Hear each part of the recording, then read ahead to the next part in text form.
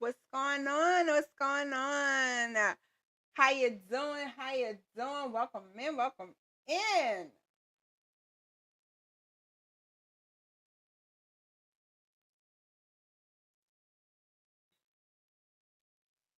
I wish I could show.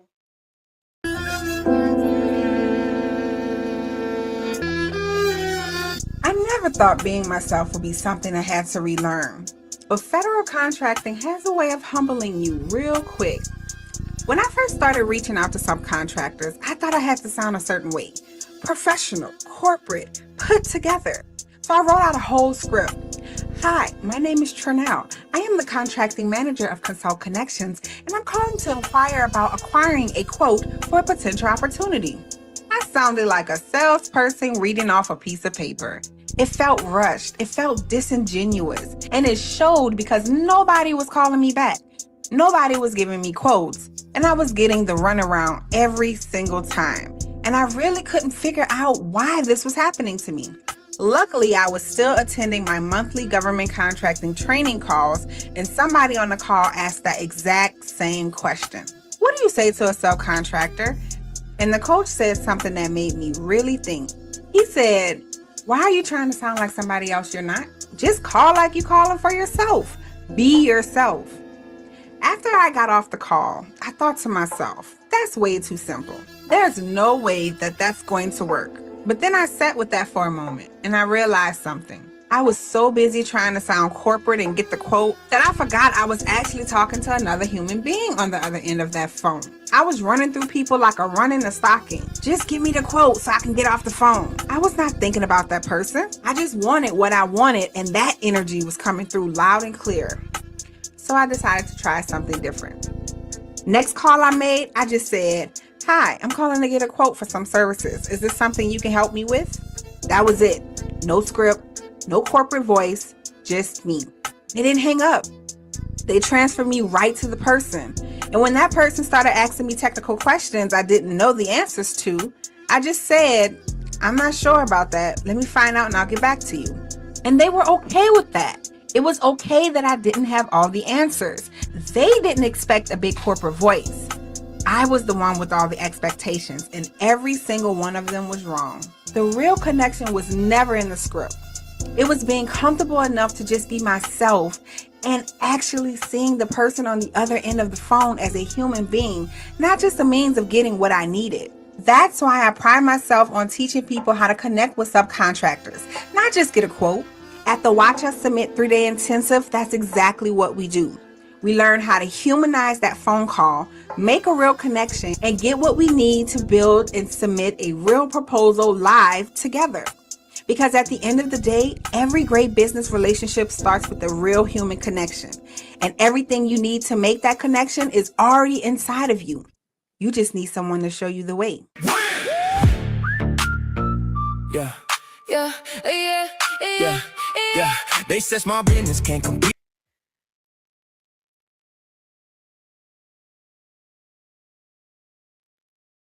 What's going on? What's going on? I am back at it, Jack. What is going on? What a camera at? There I go. There I go. What's going on, everybody? It is your girl, the Proposal Pro Coach, and we are back at it, day number 3, going live every single day, talking about something different about government contracting that nobody talks about, that I'm going to talk about tonight. You know, we get in, get out. We here to get your questions answered. I'm going to give you a little lesson. I'm going to talk a little about some stuff that you probably are not thinking about, and then we're gonna get up out of here. But of course, at any time, if you got any questions about anything, I will open the floor to read some comments. If you are want to see my screen, I don't think I'm showing anything. Well, I'm showing a little something. Go to my YouTube channel. You can watch it from YouTube and be able to see what's on my screen, or my Instagram. You can watch it from there, see what's on my screen. Other than that, we're gonna get right into it. And we are going to get started tonight about the most, no, I don't like that one. There we go. About the document most people are afraid of when it comes to government contracting. loud. Child, yes. I get this so many times. The document people are afraid to check, go over, read, see, touch, download. I don't know. For some reason, y'all be so scared of this document. And if you think about it, it's the moneymaker. It's the document that makes you the most money, but y'all afraid of it. But it's okay because we're going to break it down today. And if you don't know what I'm talking about, if you think you know what I'm talking about, go ahead and drop it in the comments. What document most people are afraid of, go ahead and drop it in the comments if you know. But if you don't, I'm going to tell you anyway. But the document most people are afraid of in government contracting is, drum roll please. Well, I don't have no drum roll. Yeah, I don't have no drum roll. I just have like a oh, I do have a drum roll. Ah, oh well, TikTok you can't hit a drum roll. But the document that most people are scared of is the scope of work. You guys are afraid of the scope of work, and I don't understand why. I'll never understand why, because the scope of work is really the document that allows you to find out what the government needs. That's the most important document. Now, they got some people saying pricing sheet is the most important document, and yeah, that's true. Of course, y'all know instructions to offer is an important document as well, and yes, that's true. But the scope of work is the meat and bones of a federal proposal. Like, how you gonna know what to do if you don't look at the scope? But I know you guys get afraid. Y'all look at a scope of work, it'd be 25 pages, it'd be 127 pages, and y'all looking like, I'm supposed to read all this? So we're gonna break down the most important parts of the scope of work so that next time you going on SAM.gov, because I know you're going on SAM.gov, right? I know y'all going on SAM.gov, right? Okay, next time y'all go on SAM.gov, y'all won't be afraid of this document.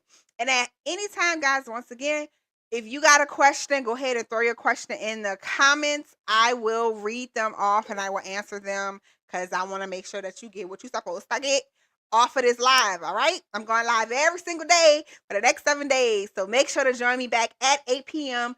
Central Time. Thank you for the follow. Make sure to follow too. I'll be forgetting to say that, y'all. If y'all not subscribed on my YouTube or my Instagram or my TikTok, go ahead and hit that subscribe button or that follow button. Follow me for more because I will be live every single day talking about different topics. Okay, scope of work. So let's talk about the scope of work. Let's actually get into what is the scope of work? What exactly is it? Okay, so let me break it down. You know how you go to a new job and there's an instruction manual, and the instruction manual tells you everything that needs to be done, how to do it, when to do it, what buttons to press, whatever the instructions are. Yeah, that's pretty much a scope of work. That scope of work is what the government posts on sam.gov for you guys to read so you know what you're pricing. Like, I mean, granted, the government sometimes do be like, they do be like, we need a price for light bulbs. And then that be that. And we be like, okay, what kind of light bulbs? How many? When you need them? Like, the government don't be giving you no information. And it's really annoying, y'all. For those of you who know, y'all know. But I guess they expect us to read their mind. But we ain't doing that.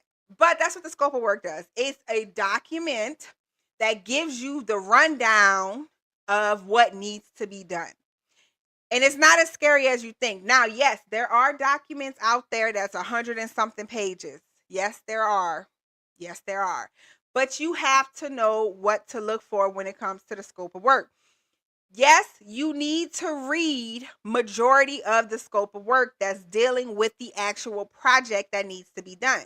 So, what things need to be done, when they need to be done, how they need to be done, when you need them delivered, or when they need to be done. That's what you're reading.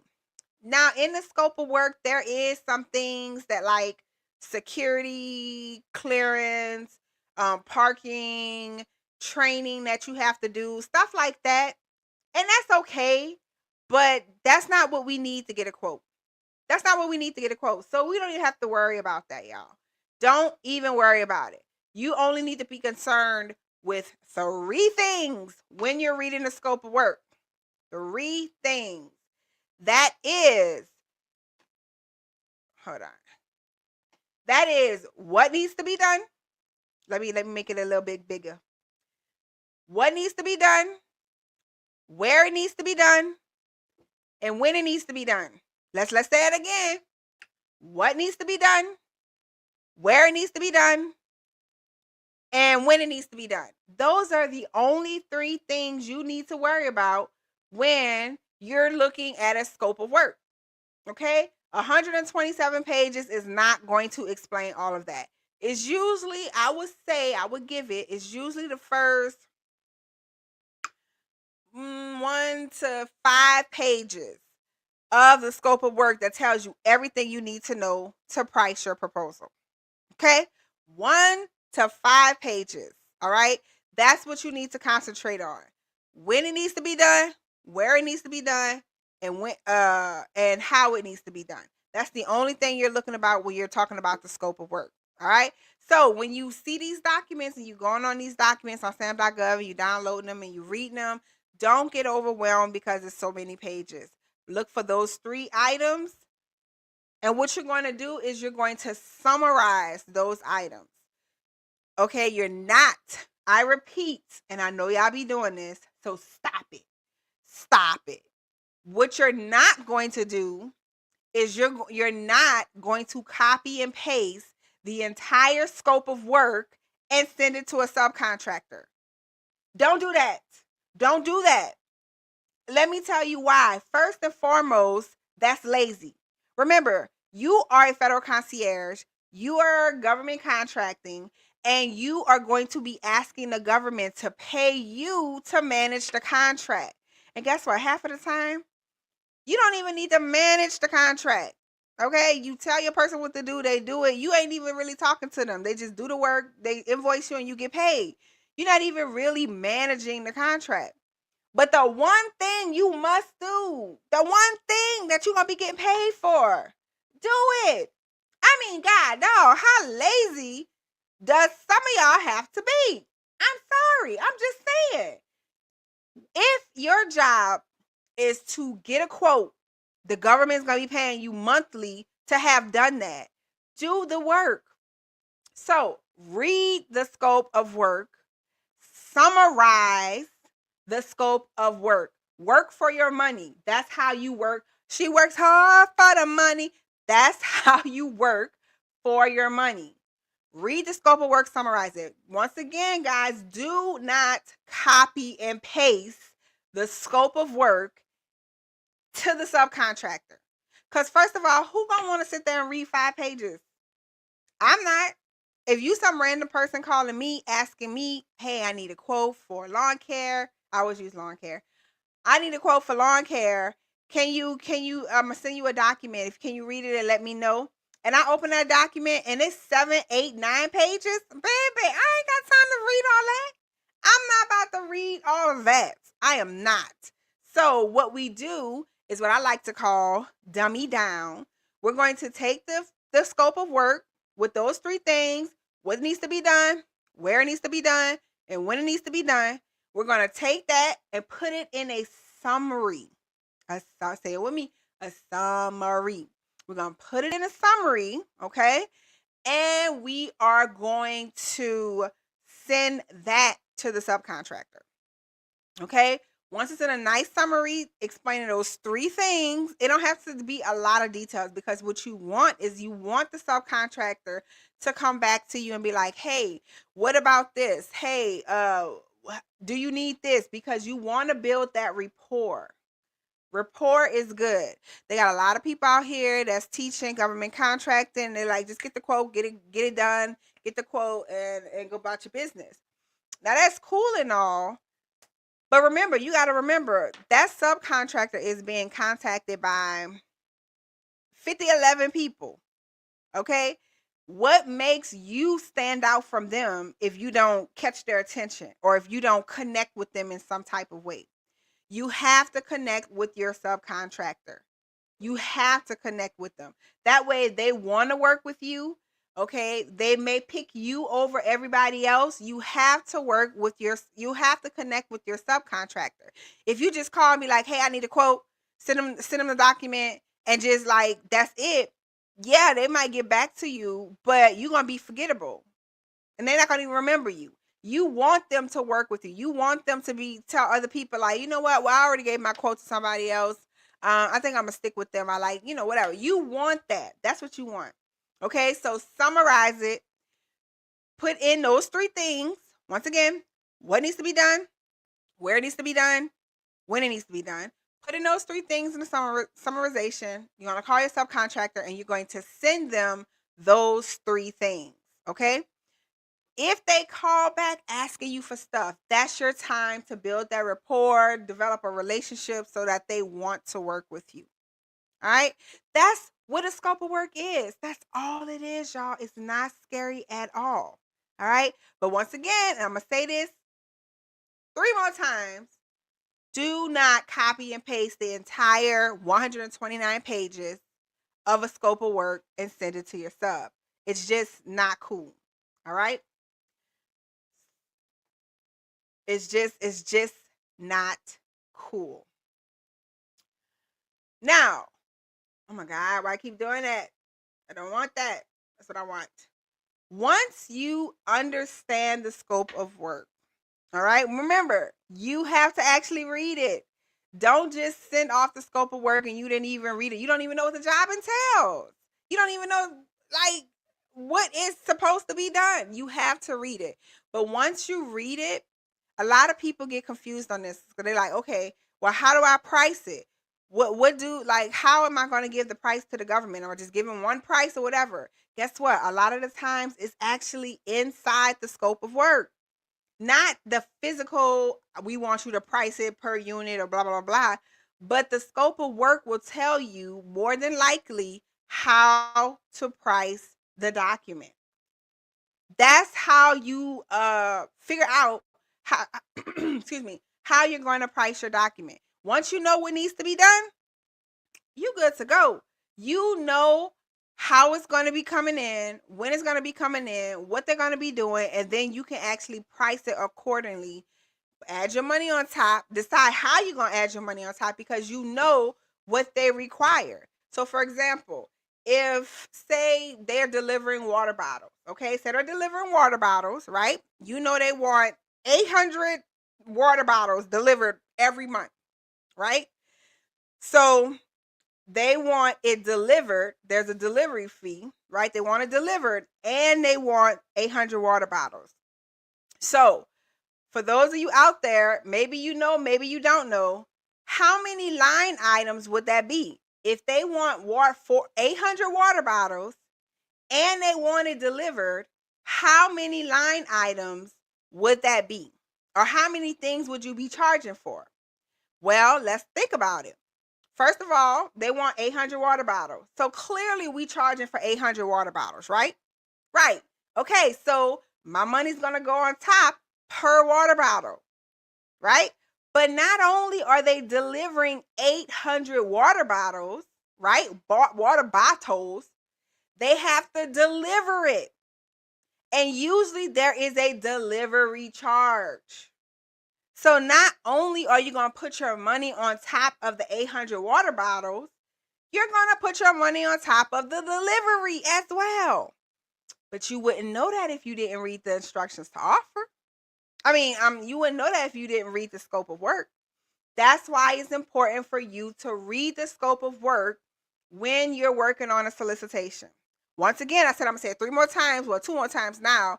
Do not copy the entire scope of work and send it to your subcontractor. That's lazy. Summarize it. Do the work. 3 things you need to summarize in the scope of work. Who gonna do the work? Well, what the work is, where it needs to be done, and when it needs to be done. That is how you break down the scope of work, you guys. The scope of work tells you how you're going to price your proposal. Now, like I said, don't tell you specifically like price this, price that. That's what the pricing sheet does. But if you're curious or you're not sure how you're going to be pricing the scope of work, that is going to help you. All right. So now that we got that out the way, you guys shouldn't be scared to talk about to to see a scope of work that's 127 pages, because y'all, I literally just looked at a scope of work the other day. It was 127 pages. I'm like, God, dog, are you serious? But remember, it's usually in the first 5 pages the information that you need to know, but you need to read it. Reading is fundamental. You're not going to get anywhere in this government contracting game as a federal concierge if you don't like to read. So get over it. Okay? So once you understand the scope of work, you know how to price it, you know what to do.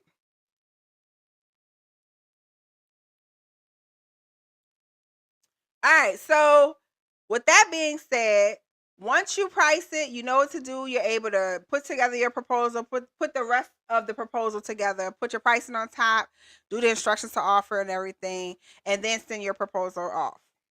That's it, y'all. That's it. That's the lesson for tonight. Don't be scared. Don't be afraid of the scope of work. Reading is one thing, but make sure you understand what they're asking for and make sure you develop that rapport with that subcontractor. All right, guys, that's it.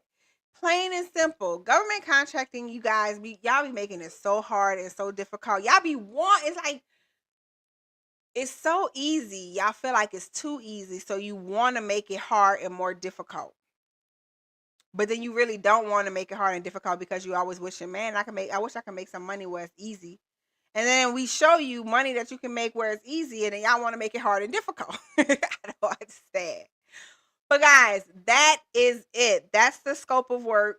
Don't be afraid of it. That's one of the most important documents in a solicitation. So if you're going to SAM.gov tomorrow, which I should be going and go and look, when you pull up the scope of work, excuse me, I want you to go to the scope of work and read it and summarize it. All right. Don't skip over that part. I promise you guys. All right.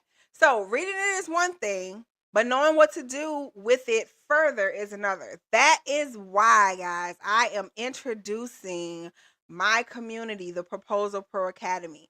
The Proposal Pro Academy is now open to the public. And I am so excited to introduce it to you guys because this is a specialized community that I created that teaches you the fundamentals of submitting.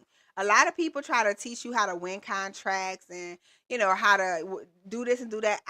Listen, I'm not teaching you how to win contracts. So you're probably like, wait, what? Then I don't want to go with you. No. Listen, I'm not teaching you how to win because I can't tell you how to win. I can't tell you if you're going to win a contract. What I can show you though and teach you is how to bid, how to submit. And that's the most important part. People don't know how to submit.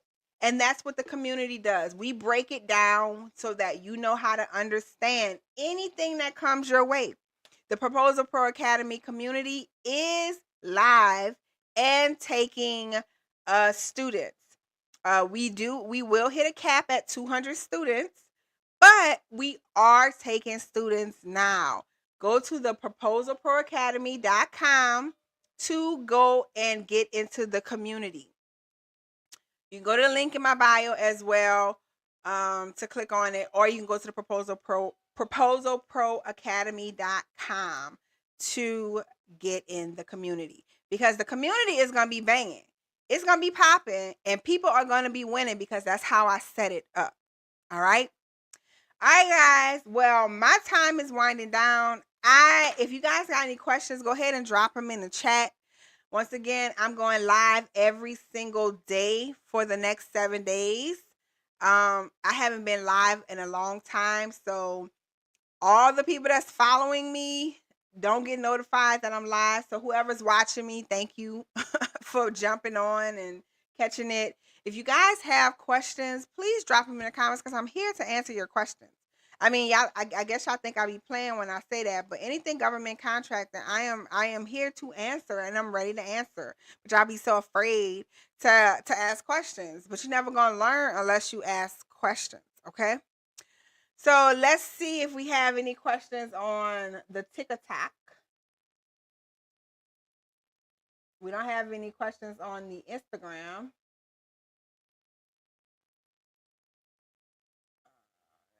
Nope. All right.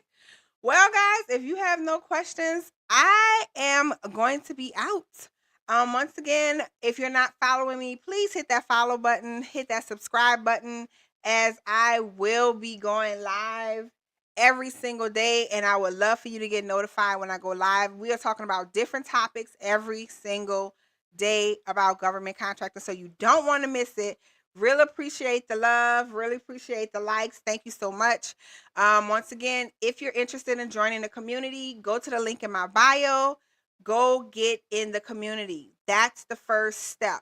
It's a self-paced community. And guess what, guys? You get access to every single thing I have ever done. All my courses, all my content, all my videos, all my scripts, all my everything. Every single thing you get access to. Okay, it's a monthly subscription. So go get in the community. I'm telling you, you will not regret it. If you want to get in contact with me, you can go to my proposalproacademy.com. That's the website, proposalproacademy.com, and send me a message. We will reach out to you to answer whatever questions that you may have about joining or going to the workshop, because you guys know I do have a live workshop coming up as well, called Watch Us Submit. Please submit your first proposal. But anything you need, the website is there. You know how to reach me, okay, guys? All right, well, if there is no questions, I'm going to get back to this website that I'm building. I'm excited. This AI stuff is absolutely crazy. But before we get out of here, I got to play my theme song. Let me unmute it so TikTok can hear. It's going to be an echo. It is going to be an echo for people that's watching the replay. So sorry, I'm still trying to figure out how not to do an echo. But we're going to play my theme song as I get up out of here. Yeah. So let's hear that. Hold on. Submit. Yeah. They said small business can't compete at the top. We pulled up to the federal table and we didn't stop. Read every document, broke down every page. This ain't luck, this is training, we're earning our wage. You want the contract, then you gotta put in work.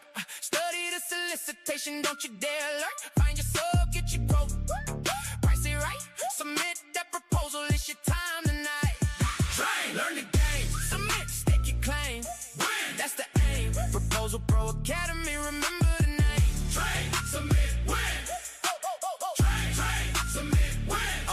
400,000 businesses registered and waiting, only 3 bids average. Somebody's hesitating, not us, not here. We came to play. PPA taught us. I can't sing it because there's an echo. So we don't just dream it, we do it. We do it. We don't just see it, we summit it. We matter of dollars on the table. I don't know if you can hear it, TikTok, but I'm making a music video, guys.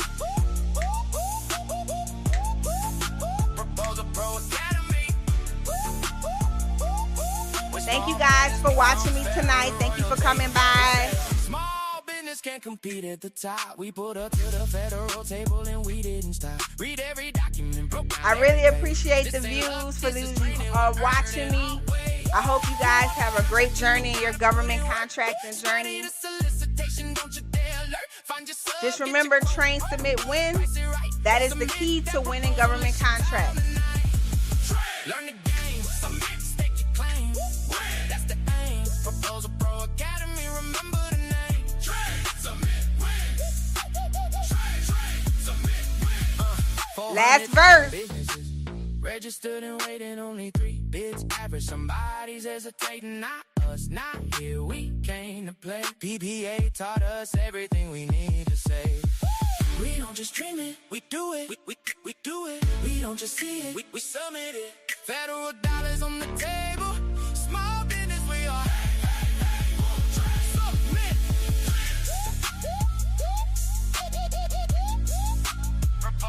Proposal Pro Academy. Where small business becomes federal royalty. All right, y'all. Thank you for joining me. I appreciate the live. I appreciate it. I will see you guys tomorrow, 8 p.m. Central Time. Make sure you join me. If you got questions, bring your questions, okay? If you want to see my screen, because sometimes I do share my screen, make sure to go over to YouTube or Facebook or Instagram to watch the stream live. I stream live on all three platforms. You can see my screen and everything that's up on my screen. Make sure you hit that follow button, that like, subscribe button, and make sure you share my live tomorrow when I go live again. All right, guys, I'm out. I will talk to you guys tomorrow. Peace.